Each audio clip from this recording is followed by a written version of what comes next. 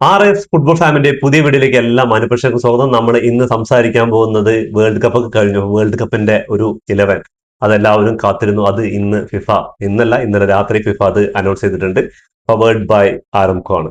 അപ്പോ ഇത് ഫാൻ ബേസിന്റെ വോട്ടുകൾ, ഫാൻസിന് വോട്ട് ചെയ്തിട്ടാണ് ഈ ഒരു സ്റ്റാർട്ടിംഗ് 11 ഉണ്ടാക്കിയിരിക്കുന്നത്. അപ്പോൾ ഇതില് നമുക്ക് ആരൊക്കെയാണ് ഇടം പിടിച്ചിരിക്കുന്നത് നോക്കാം. അപ്പോൾ ആരൊക്കെ ഇടം പിടിക്കാതെ പുറത്തായി നോക്കാം. നമുക്ക് ആദ്യം ഗോൾ കീപ്പറിൽ നോക്കുകയാണെങ്കിൽ ഗോൾ കീപ്പറായിട്ട് ഇപ്പൊ ഉള്ളത് ആരംകോന്റെ പ്രഡിക്ഷൻ അല്ല ഫാൻ വോട്ടിംഗിൽ നോക്കണെങ്കിൽ ബൊസീനിയാണ് വന്നിരിക്കുന്നത്. സെന്റർ ബാക്കുകളായിട്ട് ഫ്രാൻസിന്റെ ഉപമെക്കാനവും അതേപോലെ തന്നെ അർജന്റീനയുടെ ലിസാൻഡ്രോ മാർട്ടിനസ് ആണ് വന്നിരിക്കുന്നത്. റൈറ്റ് ആൻഡ് ലെഫ്റ്റ് ബാക്കുകൾ നോക്കുകയാണെങ്കിൽ നമ്മൾ കുക്കുറേല ആൻഡ് പെഡ്രോ പോറോ സ്പെയിനിന്റെ രണ്ട് താരങ്ങളാണ് കുക്കുറേല അവിടെ. മിഡ്ഫീൽഡിൽ നോക്കുകയാണെങ്കിൽ ഫ്രാൻസിന്റെ ഒലീസി ആൻഡ് ബെല്ലിംഗ്ഹാം ഇംഗ്ലണ്ടിന്റെ, അതേപോലെ തന്നെ സ്പെയിനിന്റെ റോഡ്രി, ഇത് ഗോൾഡൻ ബോൾ നേടിയ റോഡ്രിയാണ് സ്ഥാനം പിടിച്ചിരിക്കുന്നത്. അറ്റാക്കിൽ നോക്കുകയാണെങ്കിൽ എംബാപ്പെ ഫ്രാൻസിന്, അർജന്റീനയ്ക്കായിട്ട് മെസ്സി, ഇവർ രണ്ടുപേരെയാണ് വിങ്ങില്. സ്ട്രൈക്കർ ആയിട്ട് ഹാളണ്ട് എന്ന നോർവേന്റെ വൺ മാൻ ലീഡർ. അതെ.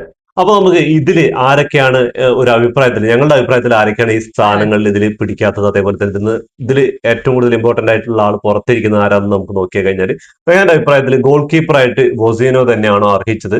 അല്ല, വോസിന്യോ ആവാം. പക്ഷെ എനിക്ക് ഒന്നും കൂടി എമി മാർട്ടിനസിന് ഫോം ലാസ്റ്റ് മത്സരങ്ങളിൽ ഫോം കണ്ടപ്പോ ഒന്നും കൂടി എമി മാർട്ടിനസിലേക്ക് കുറച്ച് ടൈം ഗോൾ കീപ്പർ ആയിരുന്നത്. എന്റെ ഒരു ചോദ്യം എന്താ പറഞ്ഞാല്, വേൾഡ് കപ്പില് ഗോൾഡൻ ഗ്ലോവ് നേടിയ പ്ലെയർ എന്ന് പറഞ്ഞാല് ഉനായ് സിമയോൺ ആണ്. ആളിനെ എന്തുകൊണ്ട് ഈ ഒരു ഇതിൽ വന്നില്ല എന്ന് പറഞ്ഞാല്, ഈ ഒരു ചങ്ങായി ഉണ്ടല്ലോ വൊസീനോ എന്ന് പറയുന്ന ചങ്ങാതി ആദ്യം നെട്ടിച്ചത് സ്പെയിനെതിരെയുള്ള മത്സരത്തിൽ 7ഓളം സേവ് നടത്തിയിട്ടാണ്. അതേപോലെ തന്നെ അടുത്ത മത്സരം നോക്കുകയാണെങ്കിൽ അർജന്റീനയ്ക്കെതിരെ 8ഓളം സേവ് നടത്തിയിട്ടാണ്. വെറും 50,000 ഫോളോവേഴ്സ് ഉണ്ടായിരുന്ന ഈ ഒരു കേബോ വെർദയുടെ ഗോൾ കീപ്പറായ വൊസീനോ വേൾഡ് കപ്പ് ഇപ്പോൾ എത്തി നിൽക്കുന്നത് 29.5 മില്യൺ. ആരും പ്രതീക്ഷിക്കാത്ത ഒരു അത്രയും വലിയ ഒരു ഇമ്പാക്ട് ഉണ്ടാക്കാൻ പറ്റില്ല. ആ ഒരു ഇമ്പാക്റ്റിൽ തന്നെയാണ് ഈ ഒരു വോട്ടിങ്ങിലൂടെ ഈ ചങ്ങായി തെരഞ്ഞെടുത്തിട്ടുണ്ടാവുക. അതിൽ യാതൊരു സംശയമില്ല. അല്ലാതെ അത് അത്രത്തോളം ആൾക്കാരുടെ മനസ്സിൽ ഇടം പിടിച്ചിട്ട് ഈ ഒരു പ്ലെയർ, ആ പ്ലെയറുടെ ഒരു ആറ്റിറ്റ്യൂഡും അതേപോലെ തന്നെ ആ ഒരു മത്സരങ്ങളിൽ ഇപ്പൊ അർജന്റീനയുടെ കൂടെ മത്സരം ജയിച്ചു കഴിഞ്ഞാൽ അവർ ക്വാർട്ടർ ഫൈനലിലേക്ക് എത്തിയിട്ടുണ്ടാവണം. അത്രയും ഗംഭീര പെർഫോമൻസ് ആണ്. അതേപോലെ തന്നെ സ്പെയിനിനെ ഗോൾഡ് ചെയ്ത സമനിലയിൽ തളച്ചു. ചാമ്പ്യന്മാരായ സ്പെയിനിന് ഗോൾഡ് ചെയ്ത സമനിലയിൽ തളച്ചു. ഇതിനൊക്കെ ക്യാപ്റ്റനെക്കാളും മുന്നിൽ നിന്ന് ഈ ചങ്ങായിയാണ്. അതേപോലെ തന്നെ അർജന്റീനയ്ക്കെതിരെയുള്ള മത്സരം നോക്കി കഴിഞ്ഞാലും സ്പെയിനെതിരെ മത്സരം നോക്കി കഴിഞ്ഞാൽ അവരുടെ ടീമിനുള്ള ഫുൾ മോട്ടിവേഷൻ കൊടുക്കുന്ന ഈ ഒരു ചങ്ങായിയാണ്. അപ്പൊ ഈ ഒരു ചങ്ങായി ആ ഒരു നിലയിലാണ് വോട്ടിങ്ങിലൂടെ. എനിക്ക് തോറ്റുന്നില്ല, നമ്മള് തോറ്റിട്ട് എല്ലാവരും കടക്കുമ്പോ പൊസിനെയാണ് എല്ലാവരെയും എളുപ്പിച്ച് എൻകറേജ് ആക്കുന്നതിൽ നല്ല പോലെ. അതുകൊണ്ടായിരിക്കും ഈ ചങ്ങായെ സെലക്ട് ചെയ്തിരിക്കുന്നത്. അപ്പൊ എന്റെ അഭിപ്രായത്തില് സിമിയോൺ തന്നെയാണ്, ഉനിയാൻ സിമിയോൺ തന്നെയാണ് ഈ ഒരു സ്റ്റാർട്ടിംഗ് 11 വരുന്നത്, ഗോൾഡൻ ഗ്ലോവ് നേടിയത്. എന്താ പറഞ്ഞാൽ ആളിനെക്കാളും ക്ലീൻ ഷീറ്റുകൾ ഉള്ള ഒരു ഗോൾ കീപ്പർ ഈ വേൾഡ് കപ്പിൽ ഇല്ല. പക്ഷെ ആളിനെക്കാളും സേവുകൾ കാര്യങ്ങളൊക്കെ നടത്തിയ ഗോൾ കീപ്പേഴ്സ് ഉണ്ട്. പക്ഷെ ക്ലീൻ ഷീറ്റുകൾ ഏറ്റവും കൂടുതൽ 7 ക്ലീൻ ഷീറ്റുകളാണ് ഈ വേൾഡ് കപ്പ് നേടിയിട്ടുള്ളത്. കാരണമാണ് ഇപ്പോ ഒരു ഗോൾ നേടി സ്പെയിന് ഫൈനലിൽ തൂക്കിയത്. അതെ, അതിന്റെ ഡിഫൻസിനും വലിയ പങ്ക് വഹിച്ചിട്ടുണ്ട്. അപ്പൊ നമുക്ക് ഡിഫൻസിലേക്ക് പോവുകയാണെങ്കിൽ ഒബമെക്കാനോ ആൻഡ് സെന്റർ ബാക്കുകളിൽ പോവുകയാണെങ്കിൽ മാർട്ടിനസ്.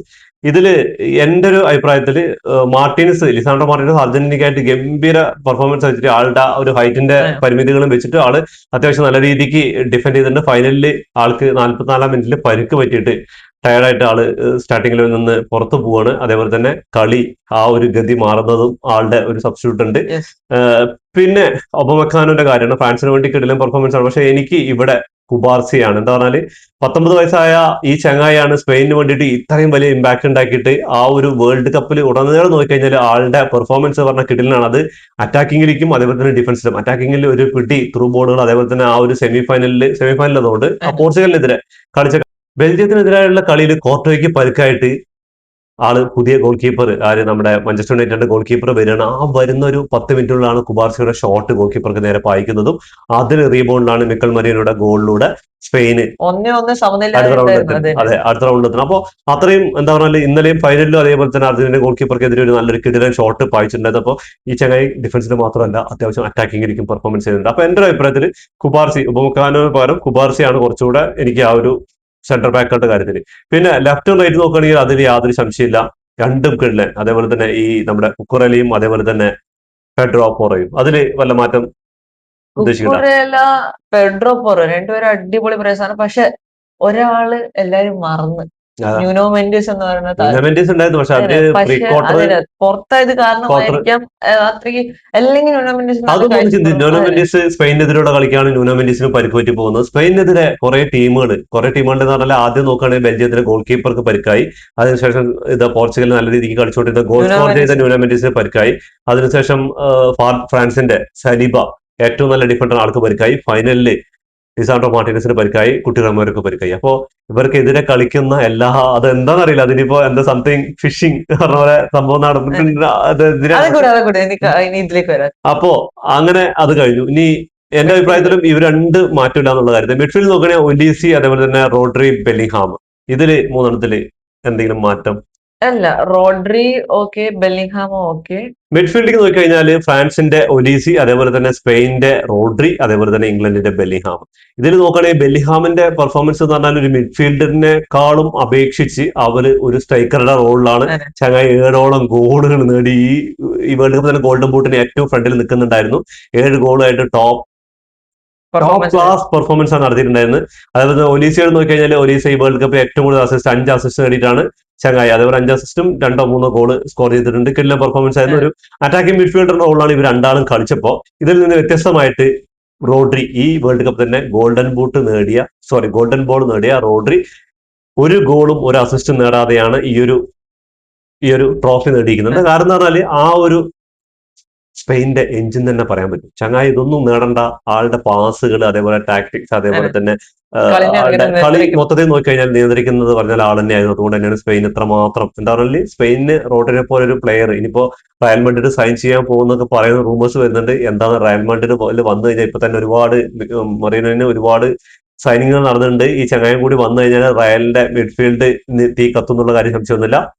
അപ്പോ ഇതില് ആരും മാറ്റം എന്റെ അഭിപ്രായത്തില് ആരും എനിക്ക് ഇതില് ബോളിൽ വെക്കാൻ വേറെ ആരും ഇല്ല എന്നുള്ളതാണ്. മുകളില് ഈ വേൾഡ് കപ്പിൽ ടോപ്പ് പെർഫോമൻസ് കാണിച്ച പേര് കുറവാണ്, പക്ഷെ ഇവരായിരിക്കും എന്റെയും 3 മിഡ്ഫീൽഡർ. ഓരോ കളിയിലും അത് മാറിക്കൊണ്ടിരിക്കുന്ന, പക്ഷെ ഇവര് എല്ലാ കളിയിലും നല്ല പെർഫോമൻസ് കാഴ്ചവെച്ചിട്ടുണ്ട്.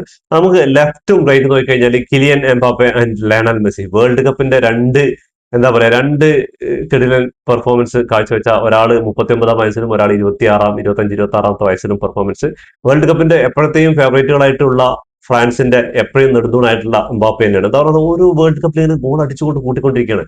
വേൾഡ് കപ്പും ആൾ സ്വന്തമാക്കി. 18-ാമത്തെ വയസ്സിൽ വേൾഡ് കപ്പ് സ്വന്തമാക്കിയിട്ടുണ്ട് ഫ്രാൻസിന് വേണ്ടിയിട്ട്. ഈ ഒരു വേൾഡ് കപ്പ് സെമിഫൈനലിൽ പുറത്തായി ഇംഗ്ലണ്ടിനെതിരെ 6ാം സ്ഥാനക്കാരായിട്ടാണ് വേൾഡ് കപ്പിൽ നിന്ന് പടിയിറങ്ങിയത്. അപ്പോഴും ഗോൾഡൻ ബൂട്ട്, അതേപോലെ തന്നെ ഈ വേൾഡ് കപ്പിൽ തന്നെ ചരിത്രത്തിന് ഏറ്റവും കൂടുതൽ ഗോൾ സ്കോർ ചെയ്യുന്ന മെസ്സിയെ മറികടന്ന് ടോപ്പിലെത്തിക്കുകയാണ്. ഇനി ആ റെക്കോർഡ് ഈ ചങ്ങായി ഇനിയിപ്പോ 2-3 വേൾഡ് കപ്പിന് കളിക്കാനുണ്ടാവും. എത്ര ഗോളുകൾ അടിച്ചുകൂടും? ചുരുങ്ങിയത് എന്റെ ഒരു അഭിപ്രായത്തിൽ 35+ ഗോളുകൾ എന്തായാലും ഇനി ഈ പോക്ക് പോവുകയാണെങ്കിൽ അടിക്കാൻ പറ്റും. അത് ചിലപ്പോ ആ റെക്കോർഡ് തകർക്കാൻ വേണ്ടിട്ട് ഒരുപാട് കാത്തിരിക്കേണ്ടി വരും. ഫിഫ പറയേണ്ട അടുത്ത വേൾഡ് കപ്പിൽ 64 ടീം കൊണ്ടുവരും. അതെ, ഇന്ന് അപ്പോ കളി കുറച്ചുകൂടെ ടീമുകൾ 42 സംതിങ് ടീമുകളിൽ തന്നെ എംബാപ്പെ ഇങ്ങനെ അടിക്കാൻ 64 ടീമിനെ അല്ല, ഇപ്പോ 2 കളിയോ 1 കളിയാണ് കൂടിയിരിക്കുന്നത്. അപ്പൊ 64 ടീം പറഞ്ഞാൽ ചിലപ്പോൾ 2 കളി കൂടി എക്സ്ട്രാ കളിക്കേണ്ടി വരും.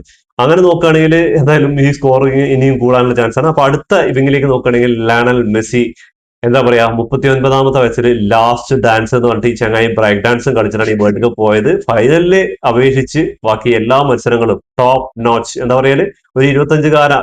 ഈ മെസ്സിന്റെ കൂടെ ഗോൾഡൻ ബൂട്ടിന് ഫൈറ്റ് ചെയ്യുന്ന ആരൊക്കെയാന്ന് പറയാം, Haaland, Bellingham, Mbappe, Harry Kane, ഇവരൊക്കെയാണ്. ഹാരി കെയ്ൻ മാത്രമാണ് മുകളിൽ 30 മുകളിൽ, ബാക്കിയൊക്കെ താഴെയുള്ള പിള്ളേരായിട്ടാണ് കളി ചെക്കന്റെ. അപ്പോ വല്ലാത്തൊരു കളിയായിരുന്നു ഫൈനലിൽ കൂടി. ഒരു ചെറിയ അഡ്ജസ്റ്റ്മെന്റ് ഉണ്ട്. കാരണം എന്ന് വെച്ചാൽ ഞാന് മെസ്സിനെ ഒലീസിന്റെ പൊസിഷനിൽ കളിപ്പിക്കും, പിന്നെ ഇപ്പുറത്ത് മെസ്സിന്റെ പൊസിഷനിൽ ഞാൻ യമാലെ കളിപ്പിക്കും. അങ്ങനെ സ്റ്റാർട്ടിംഗ് ലെവലിൽ അല്ലേ. അപ്പൊ ഹാലൻഡിനെ നമുക്ക് നോക്കുകയാണെങ്കിൽ സ്ട്രൈക്കർ ആയിട്ടാണ്, ഒന്നും പറയാനില്ല. സ്ട്രൈക്കറുടെ റോൾ എന്താന്ന് പറഞ്ഞാല് എനിക്ക് സ്ട്രൈക്കറിന്റെ റോളിൽ എനിക്ക് എന്തെങ്കിലും മാറ്റം ഉണ്ടോ ഹാലൻഡിന്? പക്ഷെ എന്റെ ഒരു അഭിപ്രായത്തിൽ സ്ട്രൈക്കറുടെ റോളിൽ എനിക്ക് ഹാരി കെയ്നെയാണ് ഞാൻ ഉദ്ദേശിക്കുന്നത്, ഹാലൻഡിനെ മാറ്റിയിട്ട്. എന്താ പറഞ്ഞാല് ഹാരി കെയ്ൻ ഈ വേൾഡ് കപ്പിൽ തുടർന്നീളം ആ ഒരു ക്യാപ്റ്റനായിട്ട് ഇംഗ്ലണ്ടിന് വേണ്ടിയിട്ട് മര്യാദ പെർഫോമൻസ് കാഴ്ചവെച്ചിരിക്കുന്ന ആള്. അറ്റാക്കിങ്ങിന് മാത്രമല്ല, മിഡിലേക്കും അതേപോലെ തന്നെ ഡിഫൻസിൽ വരെ സപ്പോർട്ട് ചെയ്തിട്ടുണ്ടായിരുന്നു. ഏത് കളി, മെക്സിക്കോക്കെതിരെയുള്ള കളിയിൽ എനിക്കത് ഞാൻ ഇപ്പോഴും മറക്കില്ല. എന്താ പറഞ്ഞാൽ ആ കളി ഞാൻ അത്ര ആസ്വദിച്ച് കണ്ട കളിയാണ്. അതിൽ ഹാരി കെയ്ന് ഒരു ബോള് പോസ്റ്റിലേക്ക് വരുന്ന ഷോട്ട് ടാർഗറ്റ് തടുത്തിടുന്നുണ്ട്. അപ്പോ ഗംഭീര പെർഫോമൻസ് ആണ്. അപ്പൊ എന്റെ അഭിപ്രായത്തിൽ ഹാലൻഡ് എന്ന് പറഞ്ഞാൽ അത്യാവശ്യ ഘട്ടങ്ങൾ മാത്രം ഗോൾ അടിച്ചു. എന്താ പറഞ്ഞാൽ ഇപ്പൊ നമുക്ക് ബ്രസീലിനെതിരെയുള്ള കളിയും അങ്ങനെയുള്ള കളികളൊക്കെ നോക്കി കഴിഞ്ഞാൽ അത്ര ഇമ്പാക്ട് ഉണ്ടാക്കുന്നത് ഒരു സ്ട്രൈക്കർ എന്താണ്, ആ പക്കാ സ്ട്രൈക്കറിന്റെ കളി കളിച്ചത്. പക്ഷെ ഹാരി കെയ്ൻ അങ്ങനെയല്ല. ഹാരി കെയ്ൻ ഒരു സ്ട്രൈക്കറും ഒരു ക്യാപ്റ്റനും അതേപോലെ തന്നെ ഒരു മിഡിലും അതേപോലെ തന്നെ അവർക്ക് വേണ്ട സമയത്ത് അവരുടെ ഒരു എന്താണ് ഡിഫൻസ് വരെ ആൾ ഇമ്പാക്ട് ഉണ്ടാക്കുന്നത് എന്റെ അഭിപ്രായത്തിൽ. അപ്പൊ അങ്ങനെയാണ്. അതേപോലെ യമാലിന്റെ കാര്യം നീ പറഞ്ഞ പോലെ തന്നെ ഒലീസിനെ ഒരു മാറ്റി നിർത്തി കഴിഞ്ഞാൽ യമാൽ വരികയാണെങ്കിൽ ഒരു എന്താ പറയുക, യമാലിന്റെ ഗോൾ കോൺട്രിബ്യൂഷൻ ഇല്ലെങ്കിലും ഒരു സ്പെയിനിന് വേണ്ടിയിട്ട് ഇമ്പാക്ട് ഉണ്ടാക്കും. എന്താ പറഞ്ഞാൽ യമാല് ഗ്രൗണ്ടിൽ ഇറങ്ങിയ സമയത്ത് യമാലിനെ പൂട്ടാൻ വേണ്ടി 2 ആള് മാർക്ക് ചെയ്യുന്ന സമയത്താണ് സെന്ററിലൂടെ സ്പെയിൻ കളി ഗോൾ അടിക്കാനൊക്കെ പറ്റിയിട്ടുണ്ട്. അതേപോലെ തന്നെ ആളുടെ ഇമ്പാക്ട് എന്ന് പറഞ്ഞാൽ വലിയ ഇമ്പാക്ട് ആണ്. ഗോൾ 1-2 ഒക്കെ അടിച്ചിട്ടുണ്ടെങ്കിലും ഗംഭീര ഇമ്പാക്ട് ആണ്. അതിനാണ് ഞാൻ മെസ്സിക്ക് അറ്റാക്കിംഗ് മിഡ്ഫീൽഡർ റോളും മെസ്സിക്ക് സൂട്ടബിൾ ആയിട്ടുള്ള റോളും യമാലി ഇപ്പുറത്തോട്ട്. പക്ഷെ മെസ്സി കത്തിയതൊക്കെ ഈ ഒരു വിങ്ങിലേക്ക് ഇറങ്ങിയ സമയത്താണ്. അത് 80 മിനിറ്റുകൾക്ക് ശേഷമാണ് ആൾ കത്തിയിരിക്കുന്നത്. അപ്പോ നമുക്ക് ഈ ഒരു സ്റ്റാർട്ടിംഗ് 11 അല്ലെങ്കിൽ ഈ ഒരു ഡ്രീം പ്ലേ 11 ഇതിൽ നിങ്ങളുടെ ഇഷ്ടതാരങ്ങൾ ആരൊക്കെയാണ് ഇല്ലാതിരുന്നത് കമന്റ് ബോക്സ് അതിൽ. അതേപോലെ തന്നെ ഇതിൽ ഏറ്റവും കൂടുതൽ അർഹച്ചിട്ടുള്ള ആരെങ്കിലും പ്ലേയേഴ്സ് ഉണ്ടെങ്കിൽ നിങ്ങൾ അതിന്റെ ഒന്ന് പേര് നിങ്ങൾ കമന്റ് ബോക്സിൽ കമന്റ് ചെയ്യാമെന്ന് അഭ്യർത്ഥിക്കുന്നു. അപ്പൊ ഇതോടുകൂടി ഈ വീഡിയോ അവസാനിക്കുന്നു. ഫുട്ബോൾ ലോകത്തെ പുതിയ സെഷനുമായി വീണ്ടും കാണാം. ഈ വീഡിയോ ഇഷ്ടപ്പെട്ട ലൈക്ക് ചെയ്യുക, ഷെയർ, സബ്സ്ക്രൈബ് ചെയ്യുക. നിങ്ങളുടെ വിലപ്പെട്ട അഭിപ്രായങ്ങളും നിർദ്ദേശങ്ങളും കമന്റ് ചെയ്യാം.